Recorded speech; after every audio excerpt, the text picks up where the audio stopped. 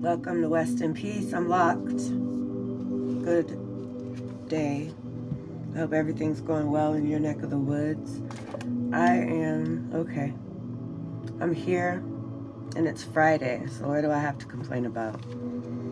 Starting with, let's see. So today we're going to be reading, I gotta turn this down, hold on. That was a little much.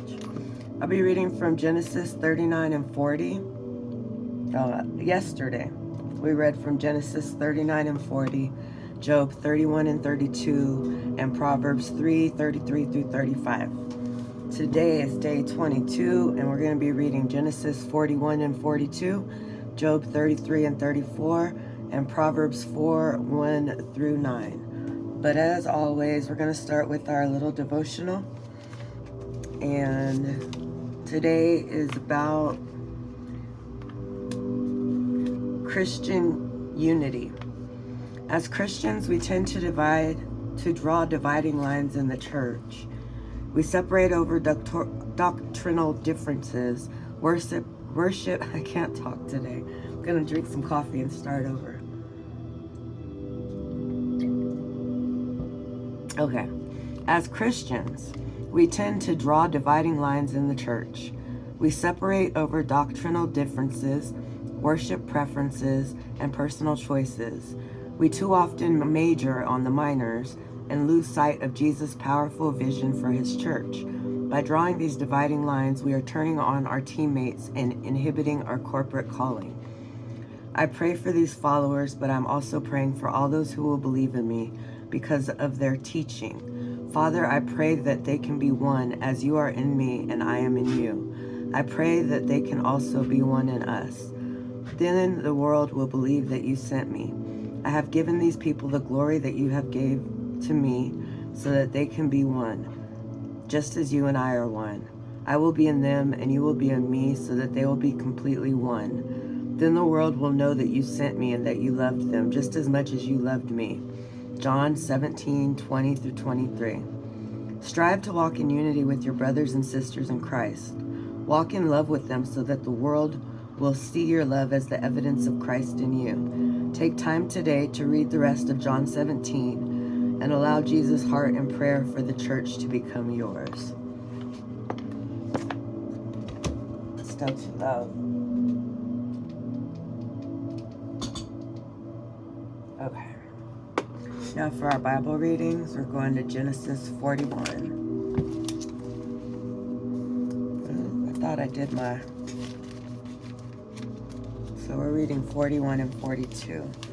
Every day I go ahead and mark the page for the next day, but apparently I didn't get to that part yet. So Genesis 41. That's my bookmark.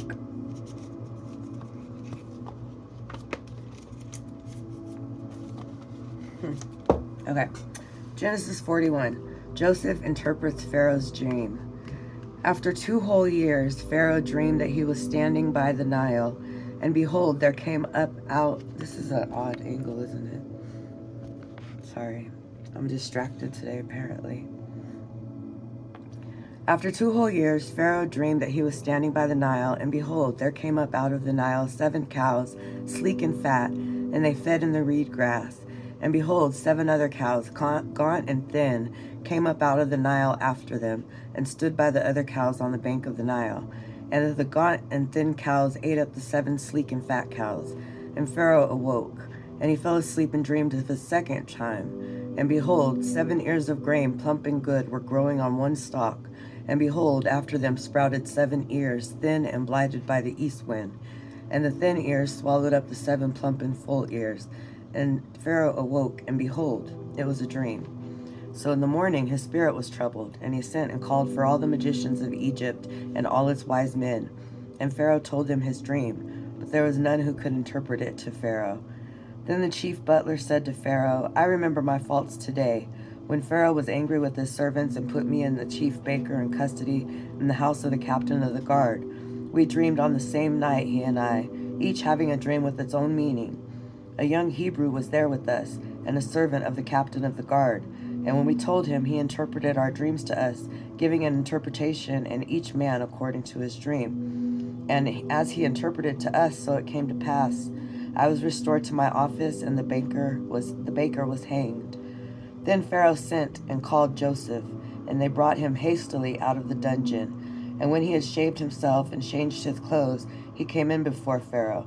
And Pharaoh said to Joseph, I have had a dream, and there is no one who can interpret it. And I have heard it said of you that when you hear a dream, you can interpret it. Joseph answered Pharaoh, It is not in me. God will give Pharaoh a favorable answer.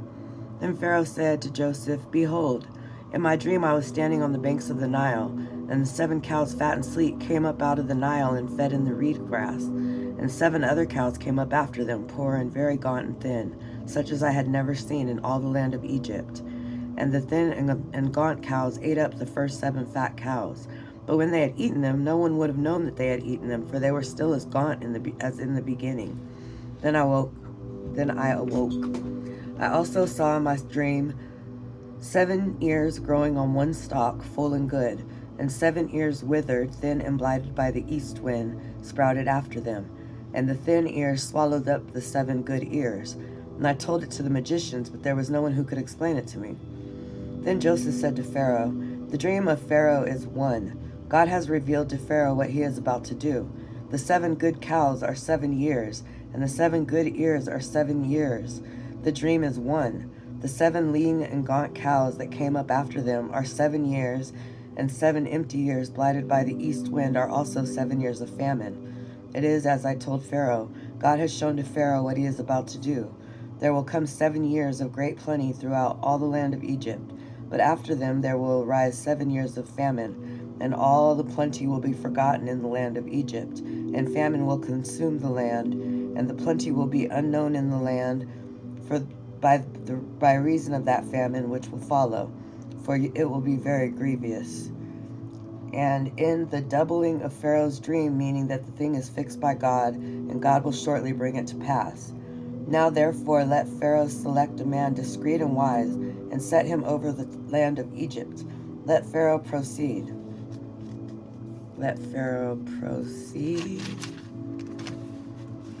To appoint overseers over the land, and take the 5th part of the produce of the land of Egypt during the 7 plenteous years, and let them gather all the food of these good years that are coming, and lay up grain under the authority of Pharaoh for food in the cities, and let them keep it. That food shall be a reserve for the land against the 7 years of famine which are to befall the land of Egypt, so that the land may not perish through the famine. Joseph's rise to power in Egypt. This proposal seemed good to Pharaoh and to all his servants. And Pharaoh said to his servants, Can we find such a man as this, in whom is the Spirit of God? So Pharaoh said to Joseph, Since God has shown you all this, there is none so discreet and wise as you are. You shall be over my house, and all my people shall order themselves as you command. Only as regards the throne will I be greater than you.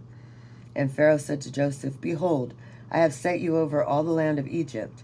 Then Pharaoh took his signet ring from his hand, and put it upon Joseph's hand, and arrayed him in garments of fine linen, and put a gold chain about his neck. And he made him to ride in his 2nd chariot. And they cried before him, Bow the knee. Thus he set him over all the land of Egypt. Moreover, Pharaoh said to Joseph, I am Pharaoh, and without your consent no man shall lift up a hand or foot in all the land of Egypt. And Pharaoh called Joseph's name Zaphenath-Paneah, and he gave him in marriage Asenath, the daughter of Potiphar, priest of On. So Joseph went out over the land of Egypt. Joseph was 30 years old when he entered the service of Pharaoh, king of Egypt.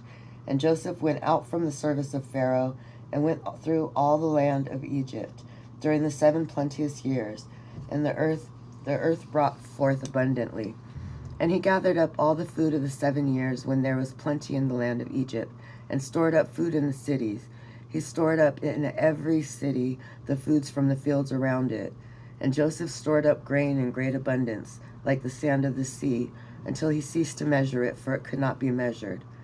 Before the year of famine came, Joseph had 2 sons, whom Asenath, the daughter of Potipharah, priest of On, bore to him. Joseph called the name of the firstborn Manasseh, for, he said, God has made me forget all my hardships and all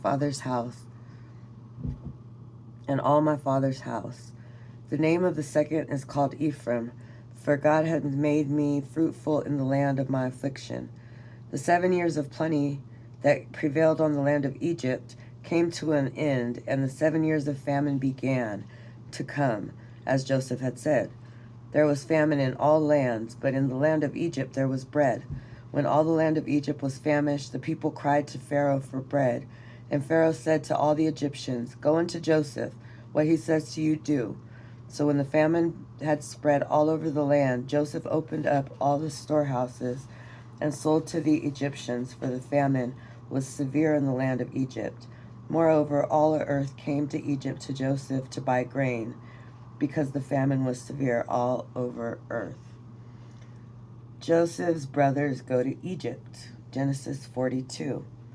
When Jacob learned there was a grain in Egypt, he said to his sons, "Will you look at one another?" And he said, "Behold, I have heard that there is grain in Egypt. Go down and buy grain for us, that we may live and not die." So 10 of Joseph's brothers went to buy grain in Egypt. But Joseph did not send Benjamin, Joseph's brother, with his brothers, for he feared that harm might befall him.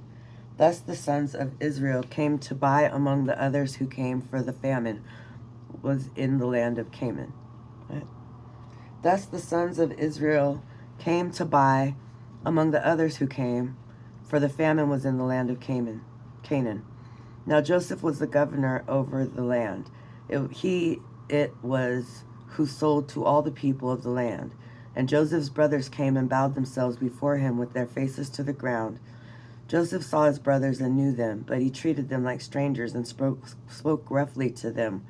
"Where do you come from?" he said. They said, "From the land of Canaan, to buy food." Thus Joseph knew his brothers, but they did not know him. And Joseph remembered the dreams which he had dreamed of them. And he said to them, "You are spies. You have come to see the weakness of the land." They said to him, "No, my lord, but to buy food have your servants come. We are all sons of one man. We are honest men. Your servants are not spies." He said to them, "No, it is the weakness of this land that you have come to see." And they said, "We, your servants, are 12 brothers, the sons of one man in the land of Canaan. And behold, the youngest is this day with our father, and one is no more." But Joseph said to them, It is as I said to you. You are spies. By this you shall be tested. By the life of Pharaoh, you shall not go from this place unless your youngest brother comes here.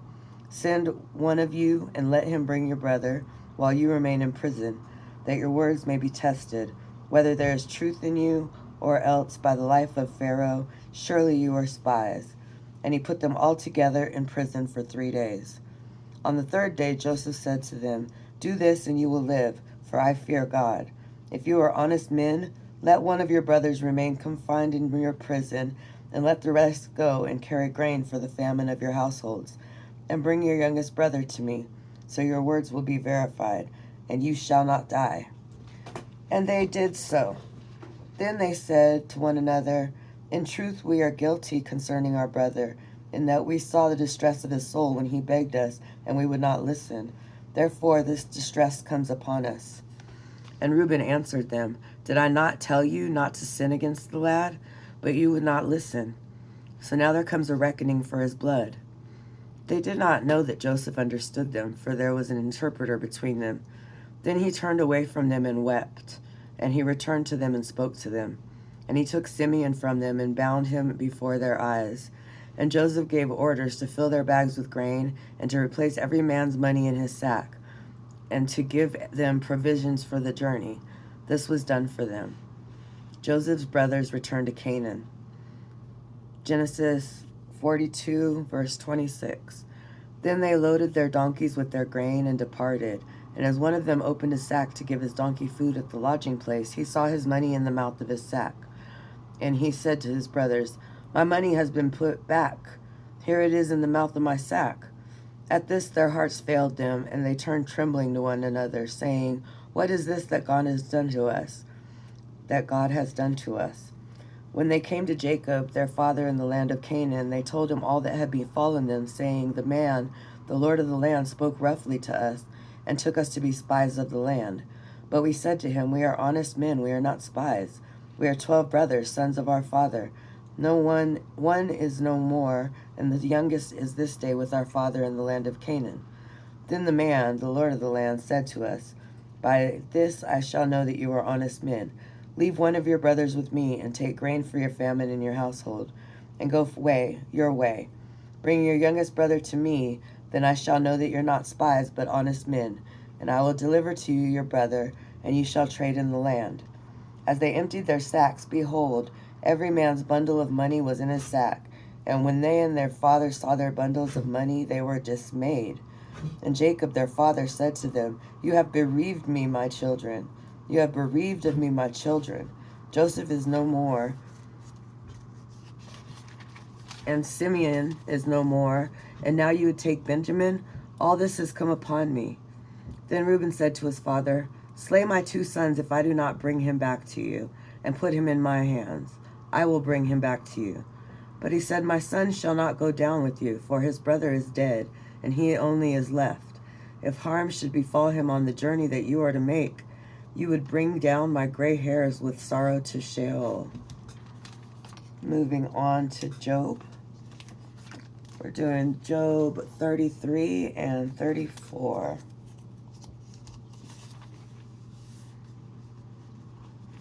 And just mark it.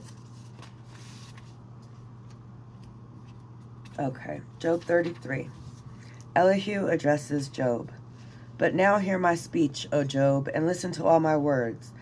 Behold, I open my mouth. The tongue in my mouth speaks. My words declare the uprightness of my heart, and what my lips know they speak sincerely.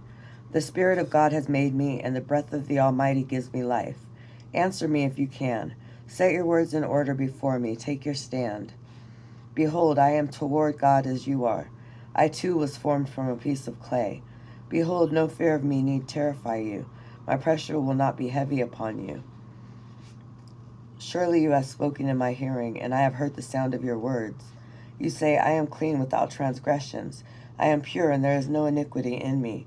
Behold, he finds occasion against me. He counts me as the enemy.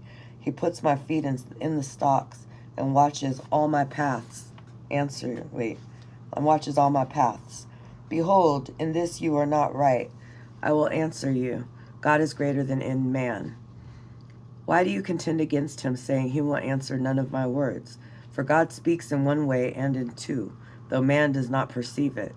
In a dream, in a vision of the night, when deep sleep falls upon men, while they slumber on their beds, then he opens the ears of men, and terrifies them with warnings, that he may turn man aside from his deed, and cut off pride from man.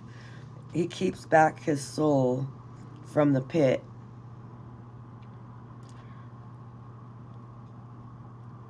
His life is perishing by the sword. Man is also chastened with pain upon his bed, and with continual strife in his bones, so that his life loathes bread, and his appetite dainty food. His flesh is so wasted away that it cannot be seen, and his bones which were not seen stick out. His soul draws near the pit, and his life to those who bring death, If there be for him an angel, a mediator, one of the 1,000, to declare to man what is right for him, and he is gracious to him and says, 'Deliver him from going down into the pit. I have found a ransom. Let his flesh become fresh with youth. Let him return to the days of his youthful vigor.' Then man prays to God, and he accepts him. He comes into his presence with joy. He recounts to men his salvation, and he sings before men and says, 'I sinned and perverted that what was right, and it was not repaid to me.'"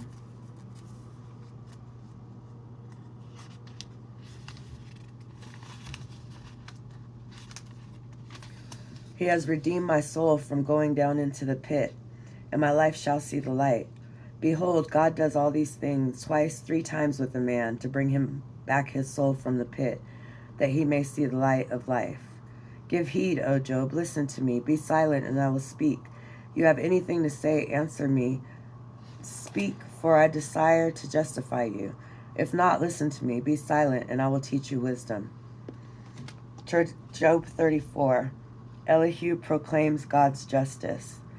Then Elihu said, Hear my words, you wise men, and give your ears to me, those you who know, for the ear tests words, as the palate tastes food. Let us choose what is right. Let us determine among ourselves what is good. For Job has said, I am innocent, and God has taken away my right. In spite of my right, I am counted a liar. My wound is incurable, though I am without transgression. What man is like Job, who drinks up scoffing like water, who goes in company with evildoers, and walks with wicked men? For he has said, It profits a man nothing, that he should take delight in God. Therefore, hear me, you men of understanding. Far be it from God that he should do wickedness, and from the Almighty that he should do wrong. For according to the work of a man he will repay him, and according to his ways he will make it befall him. Of a truth, God will not do wickedly, and the Almighty will not pervert justice. Who gave him charge over the earth, and who laid on him the whole world? If he should take back his spirit to himself, and gather to himself his breath, all flesh would perish together, and man would return to dust.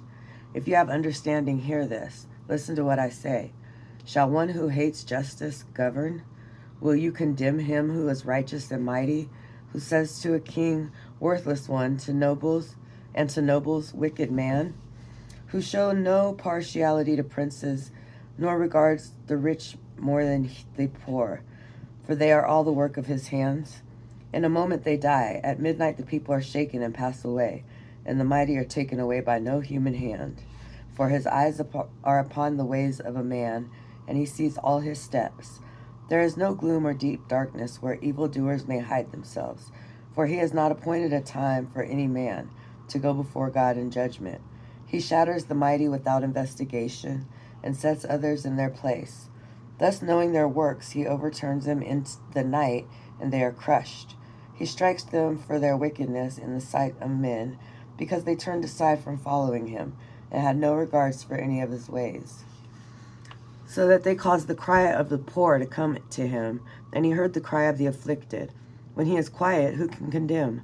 When he hides his face, who can behold him, whether it be a nation or a man? That a godless man should not reign, that he should not share the people. For has anyone said to God, I have borne chastisements, I will not offend any more? Teach me what I do not see. If I have done iniquity, I will do it no more. Will he then make repayments to suit you, because you reject it? For you must choose, and not I. Therefore declare what you know. Men of understanding will say to me, and the wise man who hears me will say, Job speaks without knowledge, his words are without insight. Would that Job were judged to the end, because he answers like wicked men. For he adds rebellion to his sin, he claps his hands among us, and multiplies his words against God. That is our Job reading for the day. Now we're doing Proverbs 4, 1 through 9. A father's advice. Hear, O sons, a father's instruction, and be attentive, that you may gain insight.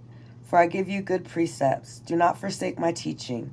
When I was a son with my father tender, the only one in the sight of my mother, he taught me and said to me, Let your heart hold fast my words. Keep my commandments and live. Do not forget and do not turn away from the words of my mouth. Get wisdom. Get insight. Do not forsake her, and she will keep you. Love her, and she will guard you. The beginning of wisdom is this: get wisdom. And whatever you get insight. Prize her highly, and she will exalt you. She will honor you if you embrace her. She will place on your head a fair garland.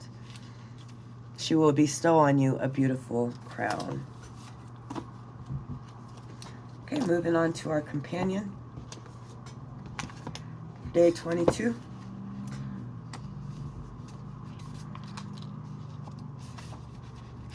reflect on the word. I know people don't like spine crackers, but I'm a spine cracker. I need my book to stay open.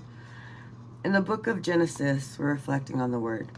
In the book of Genesis, we hear the words, go to Joseph, Genesis 41:55. Ite ad Joseph in Latin. This has become a kind of trademark for people who have a particular devotion to Saint Joseph. When we go to Our Lady, she points us to Jesus. Saint Joseph does the same and always points us to Jesus. In the New Testament, Joseph is the one who takes care of Jesus. This is Go to Joseph, day 22, by the way. If we want to have a heart like God's heart, we can ask for a heart like Saint Joseph's.